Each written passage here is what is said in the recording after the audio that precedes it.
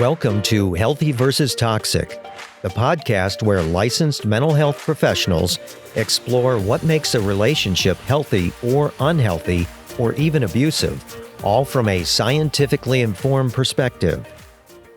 Hello, this is Dr. Grande. Today's question is, how can one spot grandiose narcissistic abuse in a relationship? So in order to answer this question, I'm making this video 10 signs of grandiose narcissistic abuse. And here, in this example, I'll be focusing on a heterosexual romantic relationship where the man is narcissistic and the woman is the victim of narcissistic abuse. But of course, we know this can also be the other way around. That's fairly common. And we also know that both people in a relationship can be narcissistic. One could have more of the narcissistic characteristics than the other person, but both people could still have some narcissism.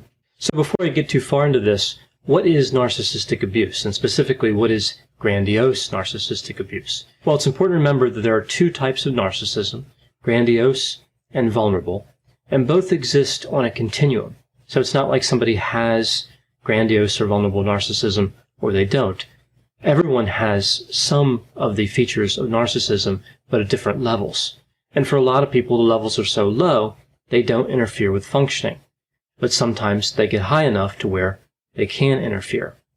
We know that with narcissistic abuse, somebody can also have features of both grandiose and vulnerable characteristics at the same time. Now, focusing in on the grandiose component here, we know that when somebody has grandiose narcissistic features, and these are taken to an extreme, they could be diagnosed with a mental disorder called narcissistic personality disorder. This is a cluster B personality disorder, the dramatic erratic cluster, in the Diagnostic and Statistical Manual. Now, not everybody with extreme grandiose narcissistic characteristics would qualify for that diagnosis, but we see this sometimes. So when looking to define grandiose narcissism, I'm going to start with the personality disorder and then add some of the other characteristics we see associated with grandiose narcissism. So with the personality disorder, we see 9 symptom criteria: a grandiose sense of self-importance, having fantasies of success and power and wealth, being jealous of other people and believing other people are jealous of you. We see a sense of entitlement, arrogance, believing oneself to be special or unique, manipulating other people interpersonally, and this one, of course, is fairly important when we talk about narcissistic abuse. We see requiring excessive admiration and having a lack of empathy. So again, those are the symptom criteria, but then looking at some of the other characteristics associated with grandiose narcissism in general, we see low agreeableness, so somebody who's disagreeable, they tend not to trust other people. We see anger, aggression, a superficial charm, so being charming initially, but not having a lot of depth or substance. We see being callous, unemotional, socially bold or dominant, and being resistant to criticism. So now getting into the 10 signs or characteristics of grandiose narcissistic abuse. Now, some are the same as what we would see with vulnerable narcissistic abuse. Of course, there's some overlap. And it's important to remember that abuse that is not narcissistic could lead to these signs, and also mental disorders that have nothing to do with narcissism on both sides, meaning the person who's being abusive and the person who's the victim, could explain some of these too. So talking to a mental health clinician is always a good idea when somebody's trying to figure out if they're in a relationship that involves grandiose narcissistic abuse, or any type of abuse, really. So the first sign of grandiose narcissistic abuse is that the relationship appears strangled. And what I mean by this is not necessarily a lack of growth. I'll talk about that later on. That's another sign of grandiose narcissistic abuse. But like something external is just holding the relationship back and really preventing any type of freedom or movement in the relationship. So if there's this sense that the relationship is being strangled, that's a sign of grandiose narcissistic abuse. Number 2 is an abundance of immaturity. One thing we know about narcissism is it seems to be a situation that occurs when somebody gets stuck at a stage of development. So all people start out narcissistic, and most people shed the narcissistic characteristics as they learn to adapt to society and to society's norms. People that can't do that for whatever reason because they were abused or other circumstances occurred, they get stuck in that narcissism. So they're immature. So really, by definition, if somebody has grandiose narcissism, they're going to be immature. And another kind of related sign to this one would be if you find yourself as the victim of narcissistic abuse, kind of resorting to petty tactics, kind of acting immature yourself, that is part of this immaturity sign. So it's immaturity on the part of the person who has narcissism, but it could also extend to the other party in the relationship, right? Sometimes what happens is when there's an immature person in a relationship, both people kind of get dragged down to that immature level, especially when arguments are occurring. The third sign of grandiose narcissistic abuse is when there's no forgiveness in the relationship. And this goes in both directions. Just because somebody is a narcissist doesn't mean that they're not mistreated as well, right? So we see that what happens in these relationships is neither person can forgive the other. So the relationships become hostile and cold, which really reflects the callous and unemotional characteristics we see with grandiose narcissism. The fourth sign of grandiose narcissistic abuse is there's no growth in the relationship. And this is similar to the relationship feeling strangled, but this is really when looking at the relationship over a long period of time. Really, relationships are supposed to grow and change and theoretically improve at some level. People get along better, they adapt to one another. But with narcissistic abuse, specifically grandiose, we see that the relationships kind of move backward. So they go for several years and maybe progress a little bit and then move backward.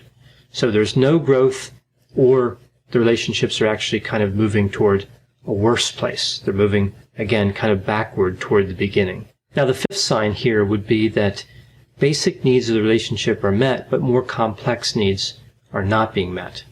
So what we see is like food, shelter, financial security, transportation, and for that matter, sexual needs could be met, but the more complex needs are being sacrificed. Now, when it comes to the sexual needs, though, a lot of times this is one way, meaning the grandiose narcissist has their sexual needs met, but the victim of the abuse does not have their needs met. So while on the topic of sex and needs being met, this leads to the sixth sign of grandiose narcissistic abuse, which is sexual narcissism. And what happens here in these relationships a lot of the time is that the person who's the victim of narcissistic abuse finds themselves submitting sexually, usually to prevent a fight or to prevent the narcissist from leaving the relationship. And this is typically subtle. It's not all at once. The narcissist kind of pushes slowly for increasing the number of sexual activities or becoming increasingly dominant, sadistic, or humiliating in the sexual component of the relationship. So it kind of maybe starts as innocent, like it may be fun, but then progresses to something that's really more abusive. So kind of in line with this particular sign is this idea that the victim is starved for any type of meaningful affection. So there's a lot of sexual activity, but it's not meaningful. There's no emotional connection, no sensitivity, and no depth. So this kind of goes back to the superficial nature of narcissism. So moving to the seventh sign of grandiose narcissistic abuse, this is kind of related to that emotional starvation component I mentioned before, but at an intellectual level. So being intellectually starved, not being intellectually stimulated. And there's a lot of different kind of signs of this. For example, parallel communication is something that's fairly common when there's no intellectual connection or intellectual stimulation. So this is when two people are talking to one another, but not really. So the narcissist will have their narrative and they'll say whatever they're going to say, and the victim will say whatever they're going to say, but they're not really connected. They're not building off of each other's narrative. So they're really just separate stories. If you heard them independently, you would get the same value as hearing them told together. That's parallel communication. And sometimes what I see here is that the victim will try to add something meaningful. They'll try to connect intellectually with the narcissist in the form of communication, but they'll be rejected. And I've heard this put in really unpleasant ways. For example, I've seen quite a few times when a couple is kind of talking to one another, but it's really more or less parallel communication, where the narcissist will say, please don't attempt to add anything to this conversation. So the victim will try to add something, and the narcissist will actually say that. So that's a very bad indication of grandiose narcissism. And of course, it could be indicative of vulnerable narcissism as well. Moving to number 8 here, we see that there are certain emotional and affective signs that are associated with grandiose narcissistic abuse. Like when somebody's not encouraged or recognized, and they have the sexual narcissism and the other characteristics, they tend to develop certain emotional and affective responses, like despondency, feeling worthless. Sometimes they're just told they're worthless by the narcissist. They might feel depressed or fatalistic. And by fatalistic, I don't mean like suicidal, but I mean like fatalism, like when somebody believes that their path is set out before them, that it's determined, like they have no control in their life. And that can happen because like the narcissist, especially a grandiose narcissist, has kind of taken control. We see other signs here wrapped up in the same one, the emotional affective signs, like being tired of fighting, feeling drained. I call this hate fatigue. So the victim might hate the narcissistic abuser a lot, but eventually they become tired of hating. Or the hatred turns inward, like self-hatred. So they might say to themselves, why do I put up with this narcissist? And they start to hate themselves for staying in the relationship. Sign number 9 for grandiose narcissistic abuse is when the victim starts to feel as though they are the problem. And this could be directly caused by gaslighting. So this is when the narcissist tries to convince the victim that they're the problem. But it could also be caused just by these other characteristics, these other signs of narcissistic abuse. So what we see is kind of a string of failed attempts to satisfy the demands of the narcissist. So this can affect self-esteem. And one of the worst signs I've seen, and I've seen this quite a few times, is when the narcissist gives the victim a list of things to change, like a physical list, or it could be digital as well, I guess. But I've seen it kind of written out many times. So they write out a list of things that the victim must change if the narcissist is going to stay in the relationship or come back to the relationship. So the narcissist could be having an affair and give this list to the victim and say, if you comply with this list, I'll think about coming back. Again, I've seen this several times, and I think this is one of the kind of more serious signs of narcissistic abuse, being handed a list and saying, you need to change all these things. Now, that's different than a couple getting together and having certain things they want the other person to change. I'm talking about a one-sided list that's extensive and specifically paired with kind of this threat of leaving or this promise of coming back. So the last sign of narcissistic abuse, of grandiose narcissistic abuse, I'll cover here, sign number 10, is really involving the cognitive elements. So we see certain thoughts that tend to occur with people who are the victims of this type of abuse. They might be concerned that they're narcissistic too. They might worry about becoming narcissistic. They may be obsessed with revenge, like hoping that bad things happen to the grandiose narcissist. Not necessarily serious things, but I've seen that as well. A lot of times it's more of a passive desire. For example, I've seen situations where the victim has found out that the narcissist was in a car accident, but then they're disappointed to find out that the narcissist was fine. So they kind of get mad at the vehicle manufacturer for making the car so safe, or get mad at the person who caused the accident for not hitting the narcissist's car harder. Like things like that. So kind of bad thoughts, non-productive thoughts. And that's still, in a sense, passive. They're not actively doing anything to hurt the narcissist, but they're really hoping something bad will happen. So that's the 10th sign. Again, that's the cognitive piece that I've seen with grandiose narcissistic abuse. How can one spot vulnerable narcissistic abuse in a romantic relationship?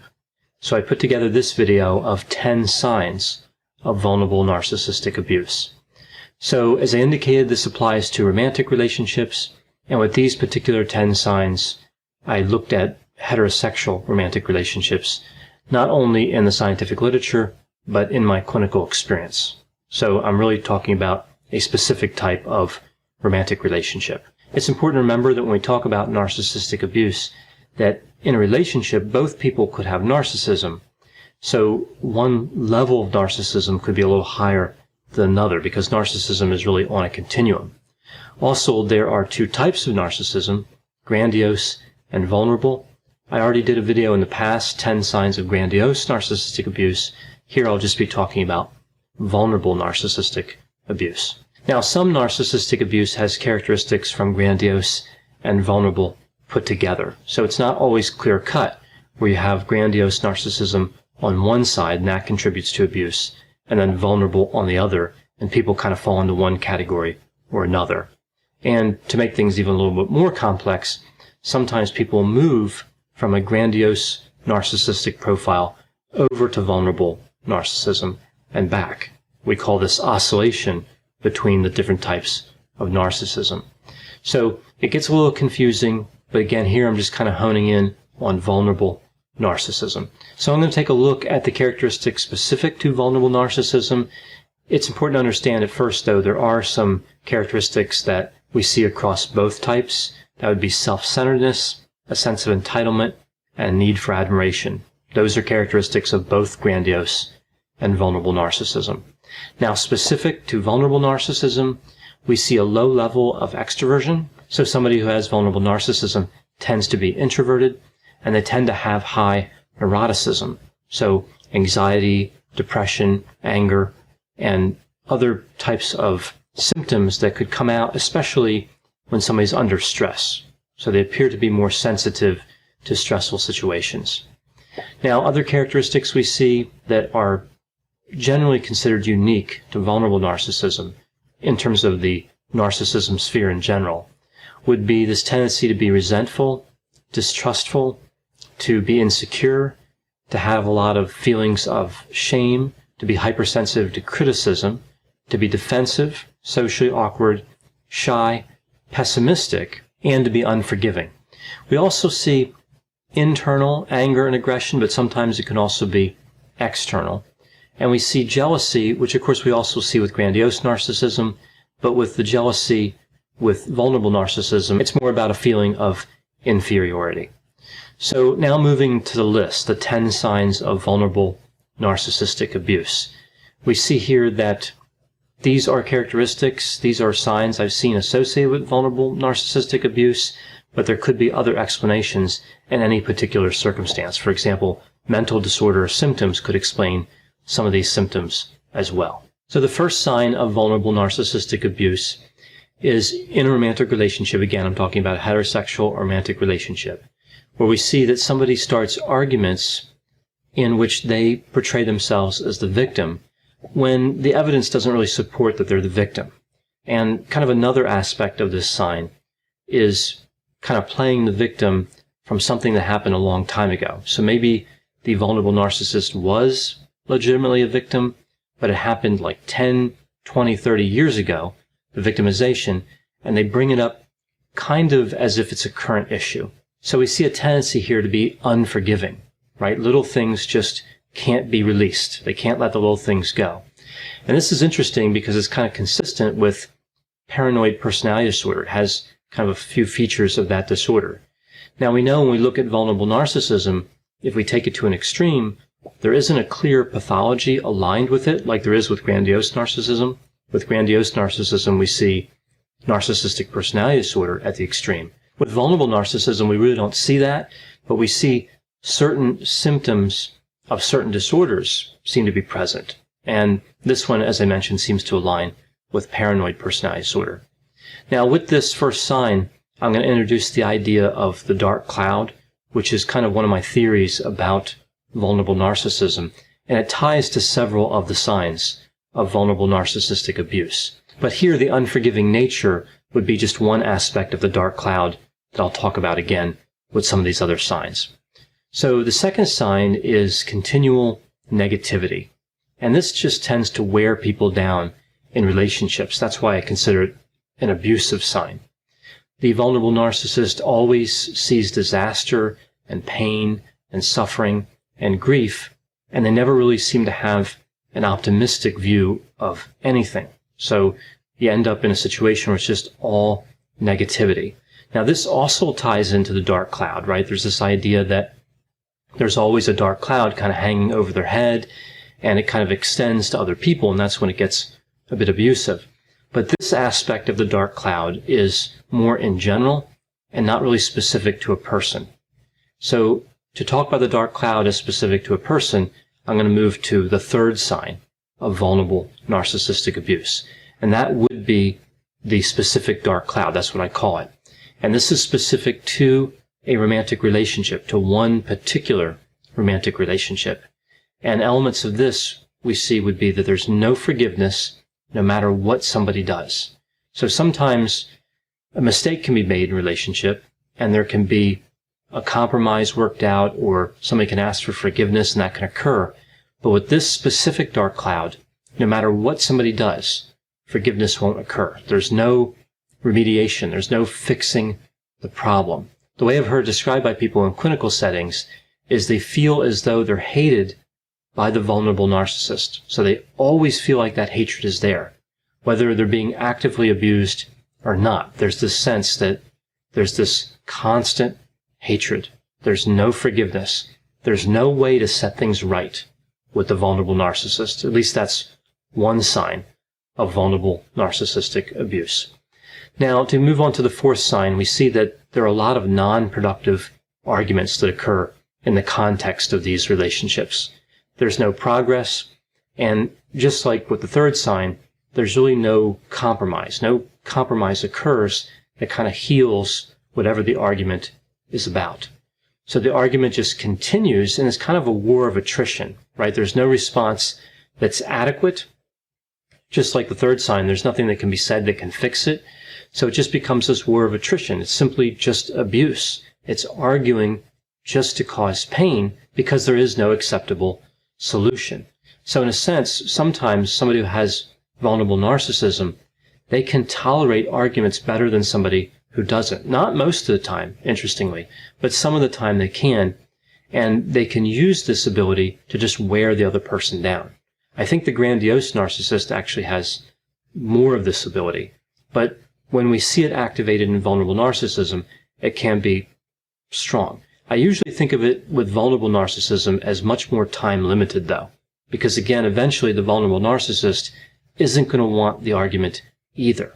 And then what I find is that they want to end the argument quickly. So they look for a resolution to the argument really quickly after they've been causing the argument for days or weeks.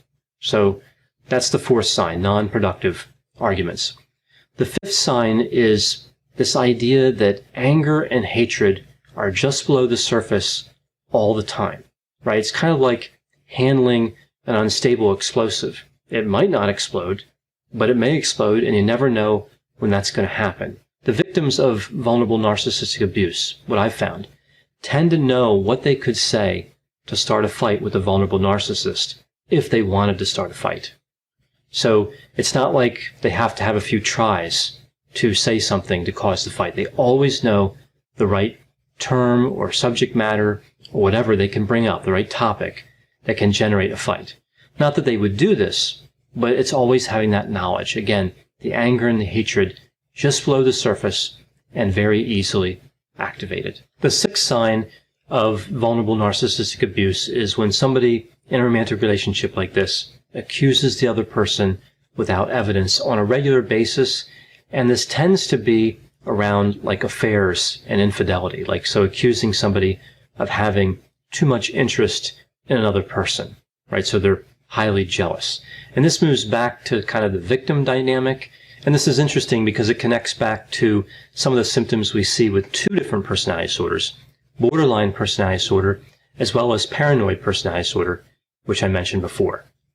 So the seventh sign of vulnerable narcissistic abuse is sexual narcissism, and this was also a sign for grandiose narcissistic abuse, but with that type of narcissism, with grandiose narcissism, we see this tendency for the grandiose narcissist to want somebody to submit sexually in order to prevent a fight or to prevent the narcissist from leaving. So the sexual interest becomes kind of increasingly dominant or humiliating. With vulnerable narcissism, it's a bit different. The pressure to have sex is to prove that you love that person enough, to prove that you won't leave them.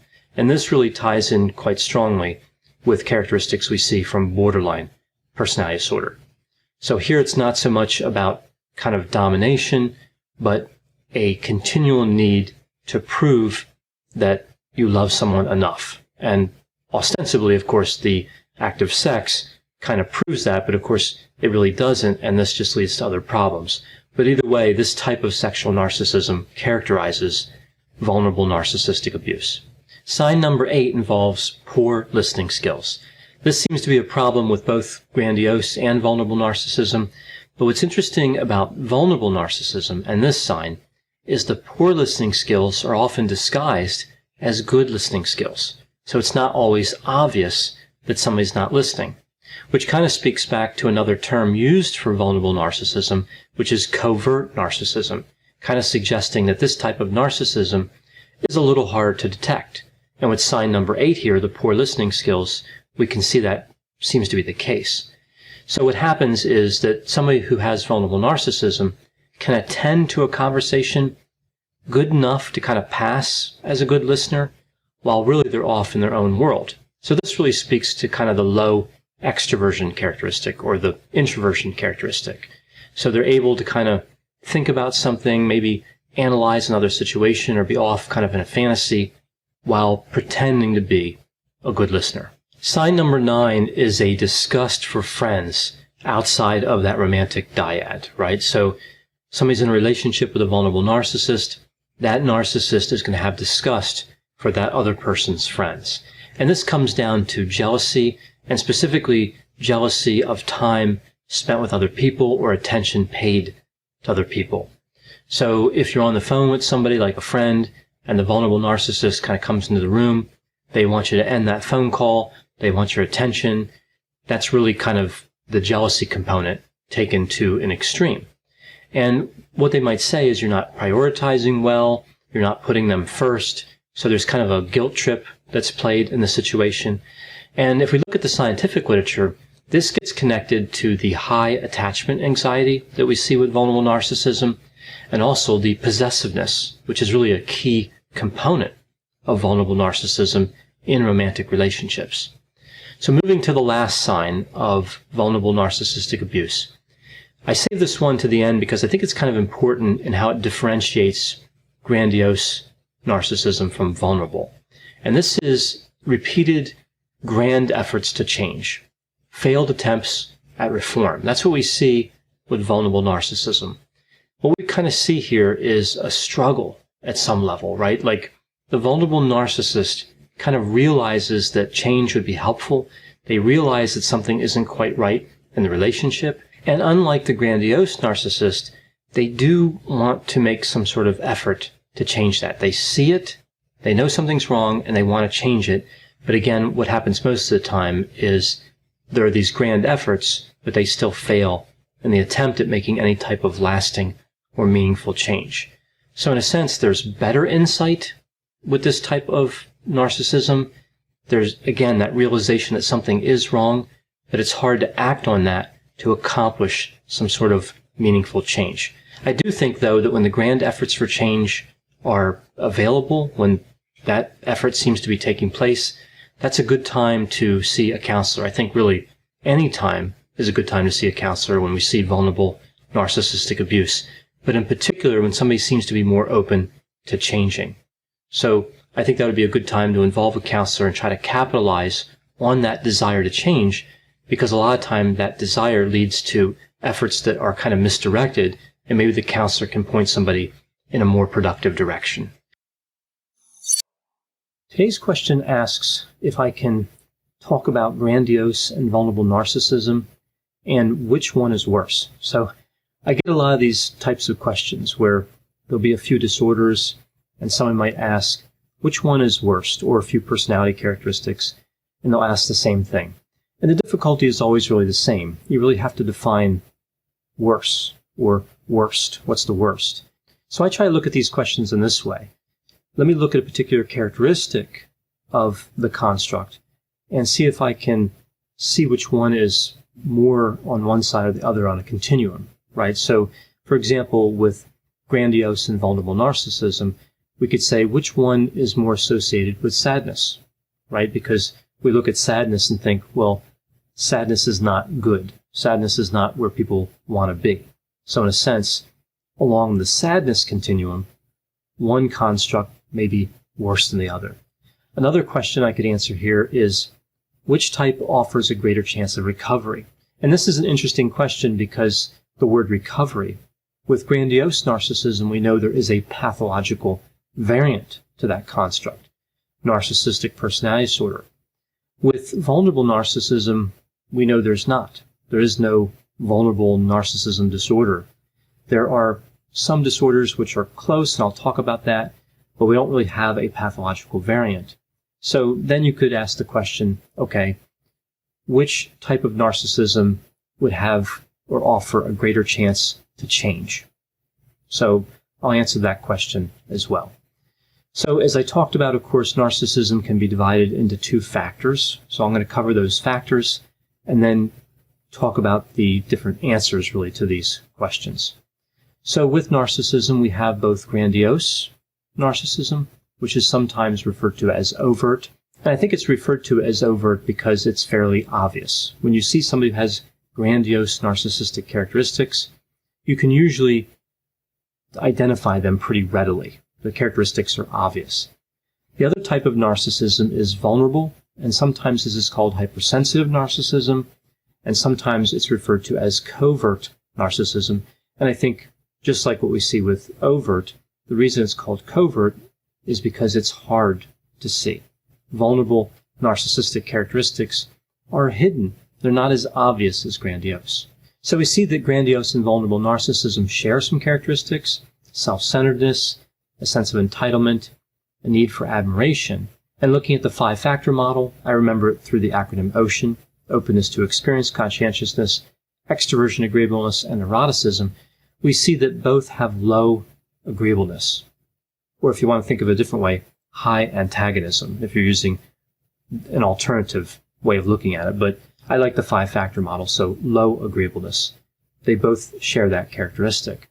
Now, when we move specifically into grandiose narcissism, we see certain characteristics there more so than what we see with vulnerable narcissism, and some characteristics we really only see with grandiose.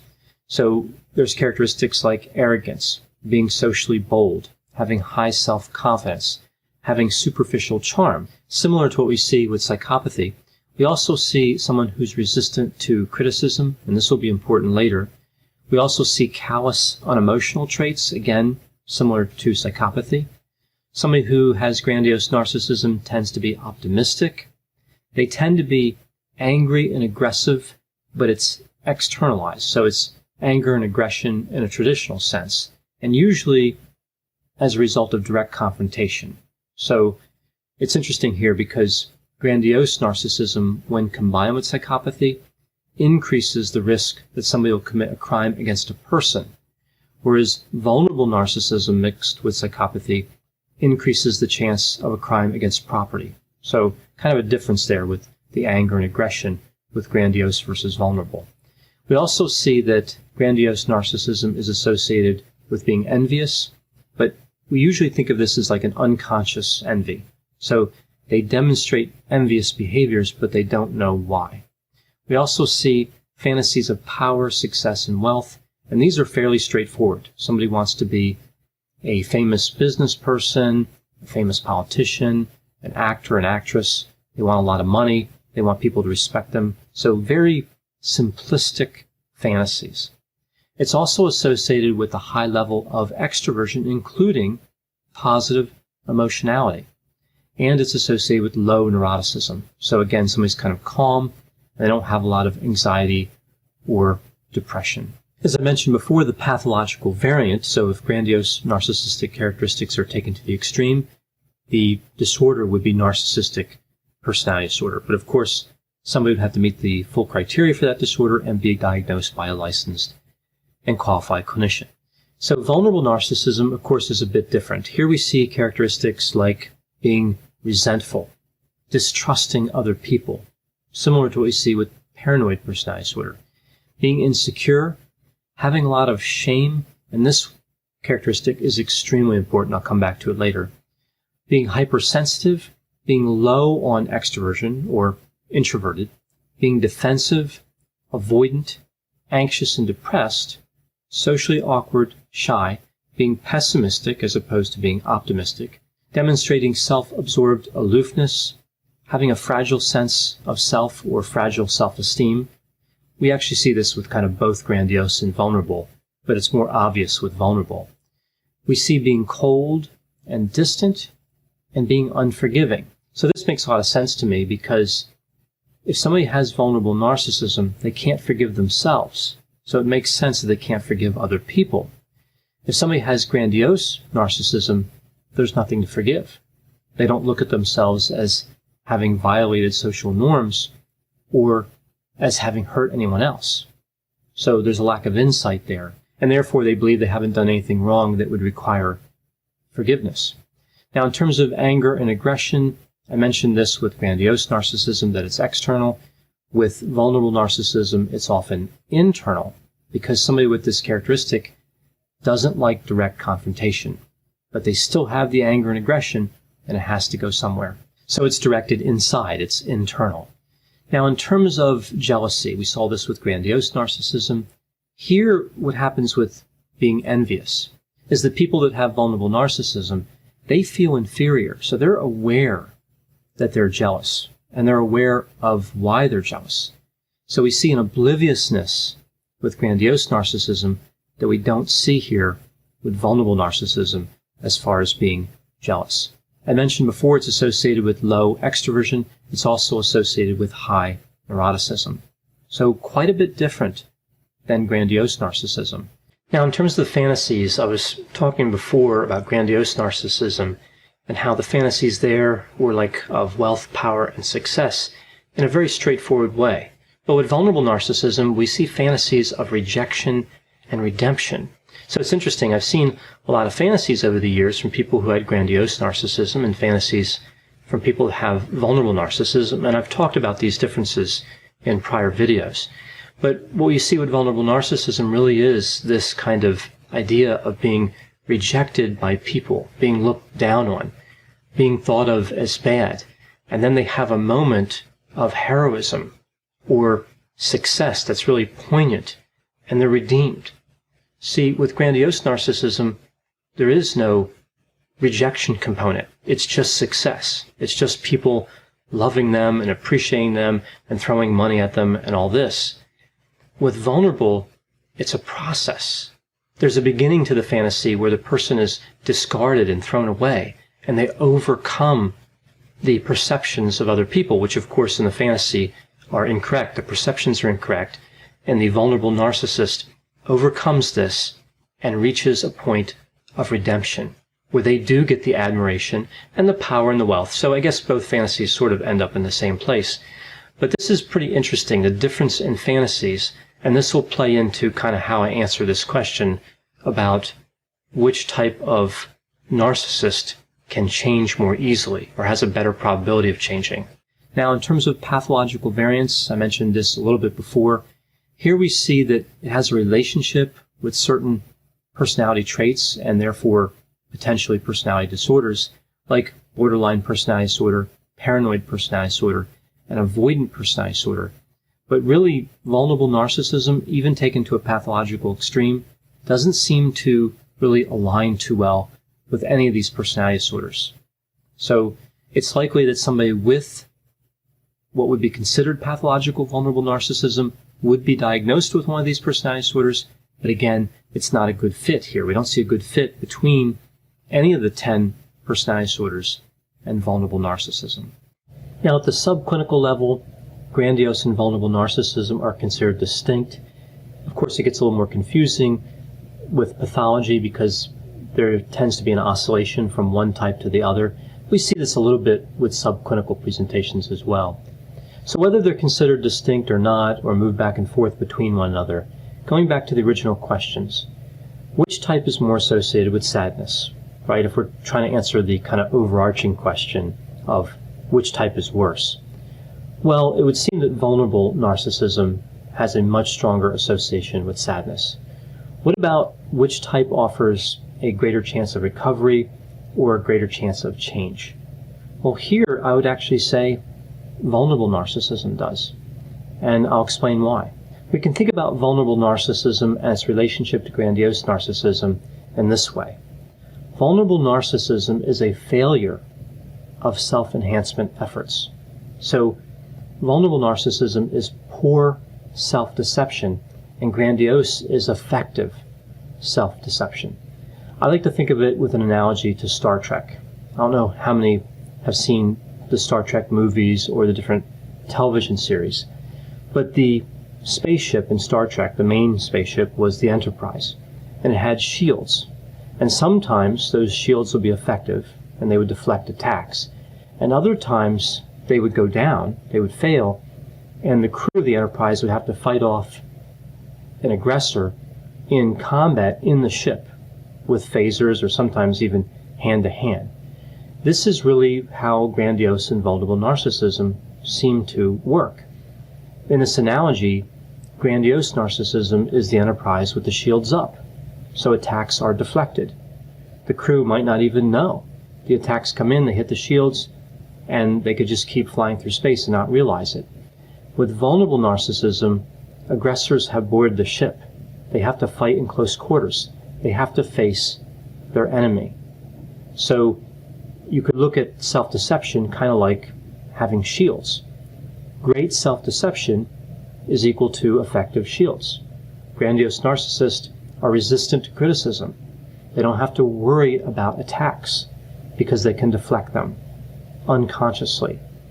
Vulnerable narcissists don't have this ability. They feel the attacks. They have to fight them off in person, up close and personal. They have to face the nature of the attacker and the attacks themselves. In essence, a vulnerable narcissist is unsuccessful at being a grandiose narcissist. They want to be, often. They want to have that confidence. There's moments where they seem like a grandiose narcissist, but they slip back. They slip back into the vulnerable patterns. And I think it's because of shame. So shame is really the key construct. I mentioned this before when I was talking about vulnerable narcissism. Shame is a feeling that you are bad as opposed to an action being wrong, which of course is guilt. Shame is destructive, but it can lead to change. Now, guilt, I think, does a better job at leading to change, but neither grandiose nor vulnerable narcissism is associated with guilt. So all that we have to work with at a clinical level is shame. But that's not necessarily a terrible thing, because a vulnerable narcissist, through shame, realizes that something is wrong. They often fail to identify what that is, but at least they know there's something going on that's not working. So, in a sense, a vulnerable narcissist has a little bit more insight. Now, to be fair here, both grandiose and vulnerable narcissists are resistant to change. So we have to be realistic in terms of therapy and how much each personality construct will change over time. But if I had to answer the question, which one is more open to change, or which one has a higher probability of changing, which personality construct is more amenable to that, I would say vulnerable narcissism. Thanks for listening. This has been a production of Ars Longa Media. The producers for this show are Christopher Breitigan and Madison Linden. The executive producer is Dr. Patrick Beeman. For more content, please visit our website at arslonga.media. To leave feedback or suggestions, send an email to info@arslonga.media. To find more content from Dr. Grande, including a link to his YouTube channel and his other Ars Longa podcasts, visit our website at arslonga.media. This podcast is intended for informational purposes only and should not be construed as medical or mental health advice. Ars Longa, Vita Brevis.